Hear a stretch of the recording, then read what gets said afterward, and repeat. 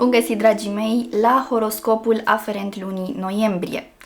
Înainte de a începe, vă reamintesc faptul că vă sfătuiesc să urmăriți și videourile aferente zodiilor în care aveți ascendentul și luna amplasate în hărțile voastre natale. De asemenea, nu uitați că acest horoscop este unul general, așadar tratați-l ca atare.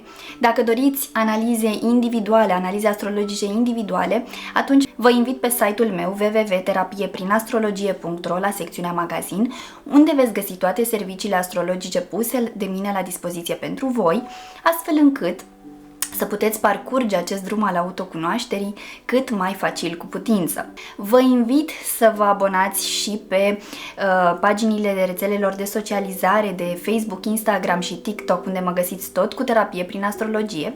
Și de asemenea, dacă nu ați făcut acest lucru deja, vă invit să vă abonați canalului meu de YouTube și să apăsați clopoțelul pentru a fi notificați ori de câte ori eu postez ceva nou. Așadar, haideți să vedem ce ne rezervă astrele în luna noiembrie.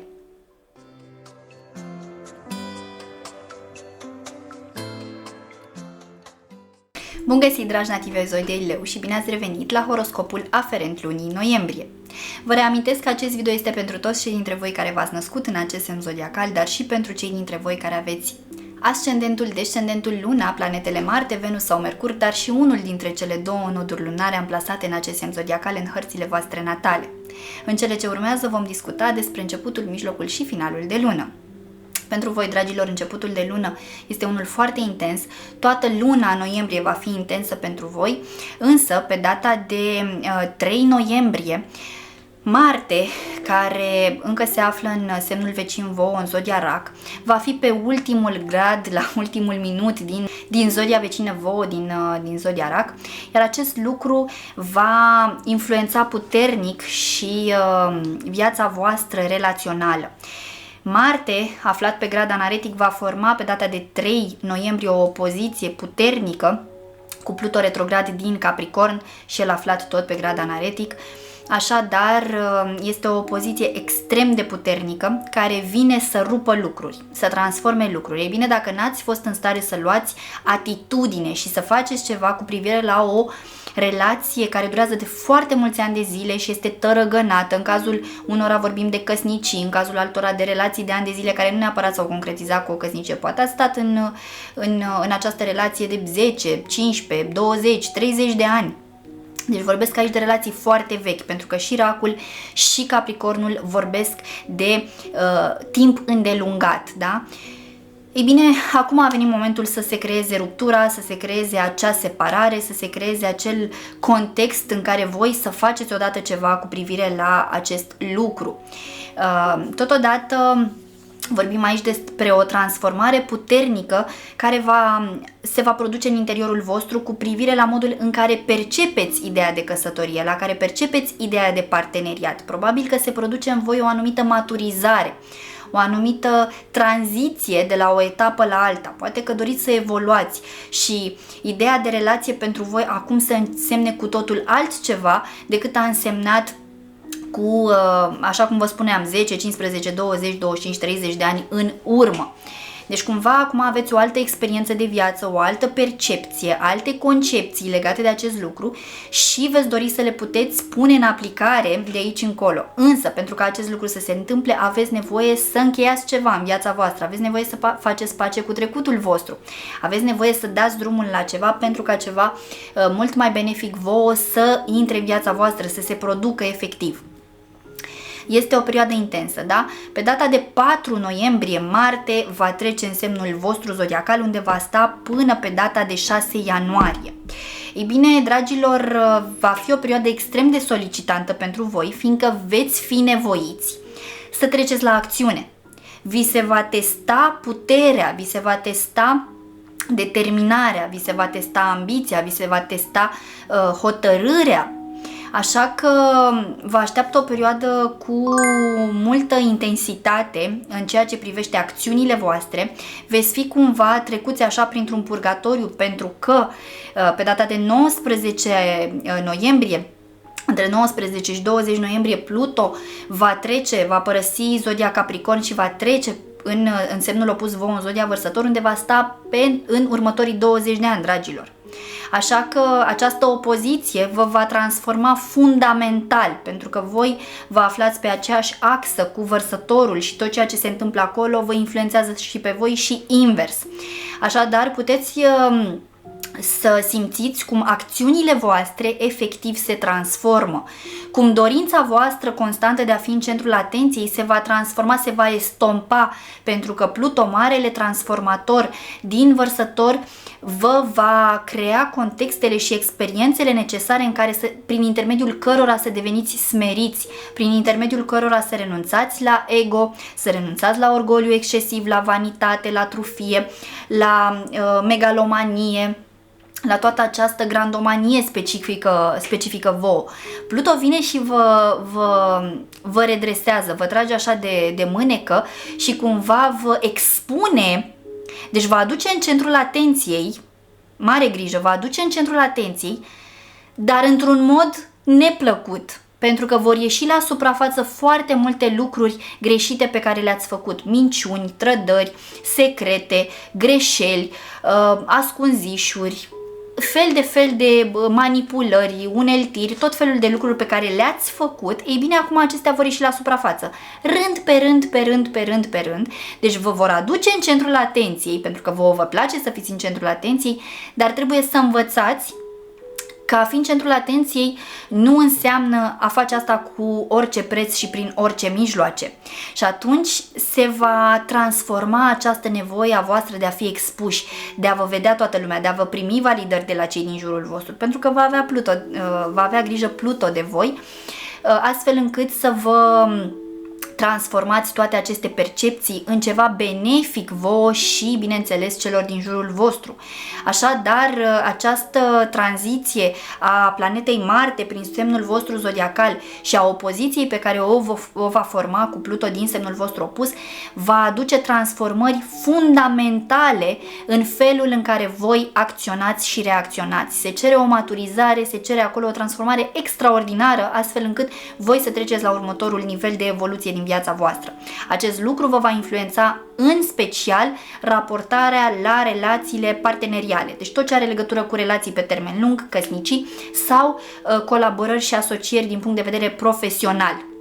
Acolo unde există afaceri proprii și tot așa, proiecte proprii, ei bine, da, veți transforma inclusiv acest segment al vieții voastre. Chiar vă puteți gândi la a vă deschide voi un business personal, la a ieși poate din zona aceasta de a fi angajat la ideea de antreprenoriat, de a fi independent, de a fi freelancer. Deci pot exista și astfel de impulsuri, astfel de dorințe în rândul celor dintre voi care aveți o astfel de energie. Așadar, un început de noiembrie puternic, mai ales că pe 1 are loc și faza de lună nouă din Scorpion. Deci tot ies la suprafață, veți fi desconspirați, dragii mei. Deci dacă ați avut senzația că mulți ani voiați de ținut controlul și ați reușit așa să-i păcăliți pe toți cei din jurul vostru, e bine, acum vine nota de plată. Pentru cei dintre voi care vă știți în astfel de situații, bineînțeles. Da, vine nota de plată și trebuie să o plătiți. Altfel nu se poate să părăsiți incinta fără să achitați ceea ce aveți de achitat. Dar totodată pentru voi va fi o lecție foarte importantă de viață care vă va aduce consistență, maturitate, înțelepciune, evoluție și în cele din urmă stabilitatea de care aveți atâta nevoie.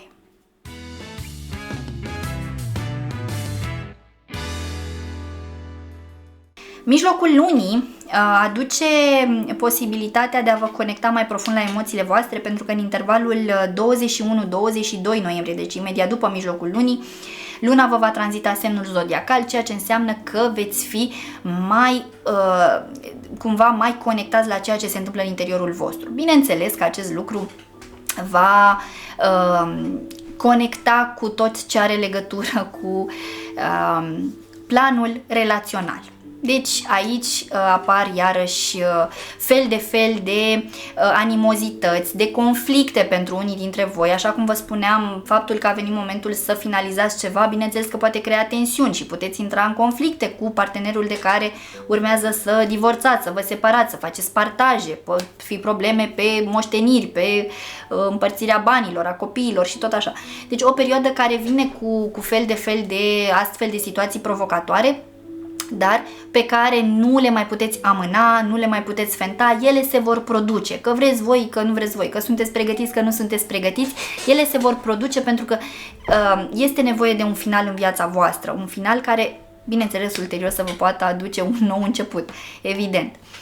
Așadar, veți fi ceva mai nervoși, mai impulsivi, mai agitați la mijlocul lunii. Important este să conștientizați ce se întâmplă cu voi, de ce vă simțiți în acest fel, să nu puneți și mai multă presiune pe umerii voștri pentru că deja depășiți niște evenimente destul de solicitante și atunci dacă vă mai și încărcați cu toate aceste lucruri, nu faceți decât să amplificați starea pe care o veți avea. Important este să deveniți mai conectați la voi. Să fiți onești, să fiți transparenți, să fiți sinceri cu voi înșivă, dar și cu cei din jurul vostru.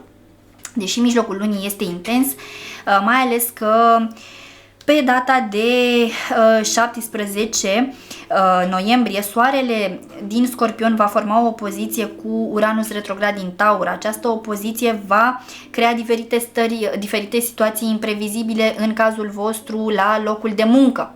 Pot exista anumite schimbări bruște, anumite turnuri de situație, pot ieși la suprafață anumite secrete la locul de muncă, anumite chestiuni care au fost ascunse, pot ieși la suprafață anumiți dușmani. Deci se poate crea o stare de tensiune în plan profesional. Totodată acest lucru să se reflecte și asupra modului în care vă raportați la căminul vostru, la familie, la familia de proveniență, mama, tata, pot apărea anumite conflicte cu aceștia, pot apărea anumite lucruri, pot ieși la suprafață anumite lucruri la fel care au fost ascunse de voi, treaba asta să vă supere, să vă enerveze și tot așa. Deci foarte multă intensitate pe durata lunii noiembrie pentru voi, dragilor. Fiți cu băgare de seamă, încercați să renunțați pe cât posibil, să vă temperați impulsivitatea, nervozitatea, agitația care vor veni la pachet cumva cu toate evenimentele prin care veți trece, pentru că nu vă vor duce nicăieri aceste stări, da? Ba din contră vă vor face să acționați greșit și în detrimentul vostru.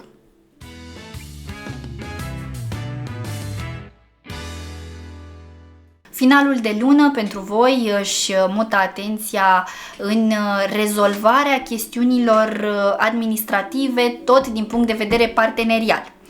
Adică au trecut și emoțiile alea, au trecut și nervii și toate dramele și toate cele și acum sunteți ceva mai lucizi și vă gândiți ce puteți face de ordin concret, ce plan de acțiune puteți trasa, cum puteți rezolva lucrurile. Atenție pentru că de partea cealaltă veți întâmpina opoziție. Deci dacă aveți de încheiat un proces de divorț, dacă aveți de încheiat un partaj, dacă aveți de încheiat o colaborare din punct de vedere profesional, dacă aveți de împărțit o afacere cu cineva, da? Poate doriți să vindeți business-ul, poate doriți să împărțiți acțiunile și tot așa, ei bine, mare atenție pentru că voi puteți fi bine intenționați în prima fază, dar totuși să existe niște intenții ascunse de partea cealaltă. Să aveți așa, cel de lângă partenerul, fostul partener, da? Să devină ca un fel de dușman pentru voi și să încerce cumva să vă pună bețe în roate, să ascundă lucruri de voi, să încerce să vă păcălească, să facă anumite lucruri care nu sunt tocmai oneste. Deci trebuie foarte multă atenție, trebuie să fiți efectiv alerți, să fiți într-o stare de alertă astfel încât procesul în sine să se producă într-un mod corect, într-un mod favorabil și să nu vă treziți trași în piept, ca să spun așa, da? Din punct de vedere legal. Deci foarte mare atenție la ceea ce semnați, la ceea ce demarați, da? Să fie făcut într-un mod corect, într-un mod transparent, într-un mod legal, într-un mod benefic, da? Pentru viitorul vostru. Totodată, la locul de muncă, puteți avea ocazia să aplicați poate pentru un job nou sau pentru o poziție nouă sau să ieșiți în evidență cu un nou proiect, o nouă idee, da, care să vă aducă anumite beneficii din punct de vedere financiar. Totodată este important să fiți atenți ce faceți, pentru că există această persoană, repet, din umbră care vă poate crea probleme, vă poate strica reputația inclusiv la locul de muncă, nu știu, poate fostul partener are legătură și cu cei de la locul de muncă și poate să împrăștie anumite zvonuri despre voi, da, care să vă pună într-o lumină proastă. Nu vă faceți griji, pentru că voi deja v-ați făcut simțită prezența acolo, oamenii știu cum sunteți voi de fapt și vă vor aprecia pentru acțiunile voastre concrete, chiar dacă pot exista aceste mici provocări care să încerce să vă destabilizeze și să vă strice munca voastră de până acum. Important este ce alegeți să faceți de aici încolo și cum alegeți să faceți, dragilor, bine? Mult succes vă doresc, o lună noiembrie foarte intensă pentru voi, dificilă, cu multe provocări, ce să zic, multă răbdare și putere. Dragilor, acestea sunt informațiile din punct de vedere astrologic pentru toți cei dintre voi care aveți legătură directă cu energia zodiei în luna noiembrie. Așa cum v-am obișnuit, am să extrag și câteva mesaje de la cărțile Oracol și pentru că în luna noiembrie avem marea sărbătoare a Sfinților Arhanghel Mihail și Gavril, bineînțeles că am ales cărțile Oracol aferente acestor doi arhangheli. Am să încep cu Arhanghelul Mihail, să vedem ce mesaj are acesta pentru voi, dragii mei, în luna noiembrie. Haideți să vedem pentru zodia Leu. Bun, deja a ieșit un mesaj.